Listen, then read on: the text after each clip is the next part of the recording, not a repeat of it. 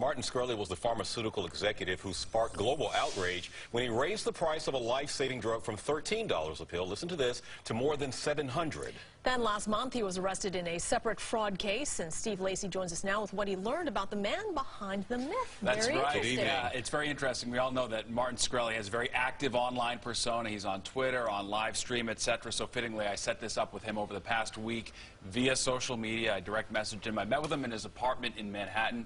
Yesterday, we spent about an hour together. He continues to maintain his innocence on the criminal charges and says that the public persona he's dreamt up, that's been sort of dubbed Farmer Bro, is basically a joke that in hindsight may not have been a great idea. I'm not a farmer bro, right? This is a name that got started when there was a picture I took. It was meant to be ironic, of me in these sunglasses and listening to a rap song with, making sort of a funny hand signal.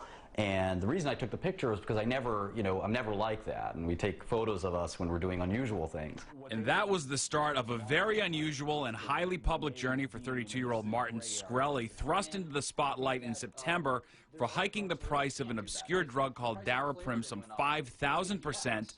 To many, he came to symbolize the idea of putting profits before people. I think most people, the hate is sort of this quick reaction, and it's something that they're looking for. They want someone to hate, and if I fit their mold, then I'm almost, I almost feel like I'm serving some utility. Last month, Shkreli's problems moved from the court of public opinion to federal court.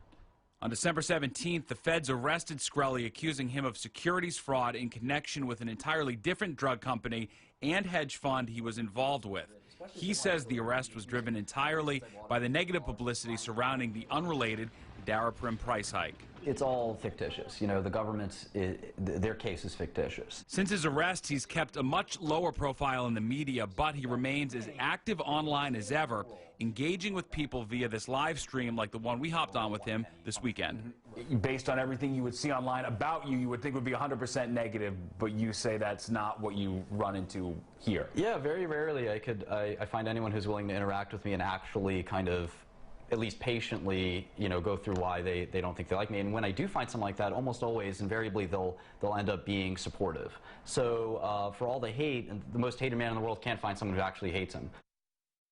Hated man in the world can't find anyone who actually hates him. It is a pretty fascinating phenomena, and I guess, if someo's presented to you in that way, that this is the worst person in the world, it's kind of difficult for them to live up to that. I spent some time on him live streaming on his website, and he had enough critics, he had a lot of supporters, but the critics he did engage with sort of seemed to leave with a different opinion than they came in, which was kind of interesting.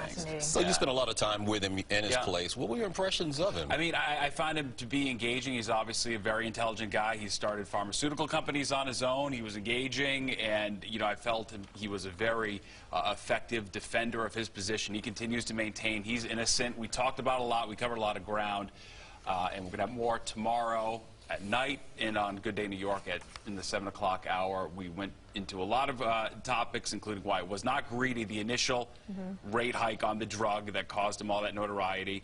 And he also even showed me that infamous $2 million.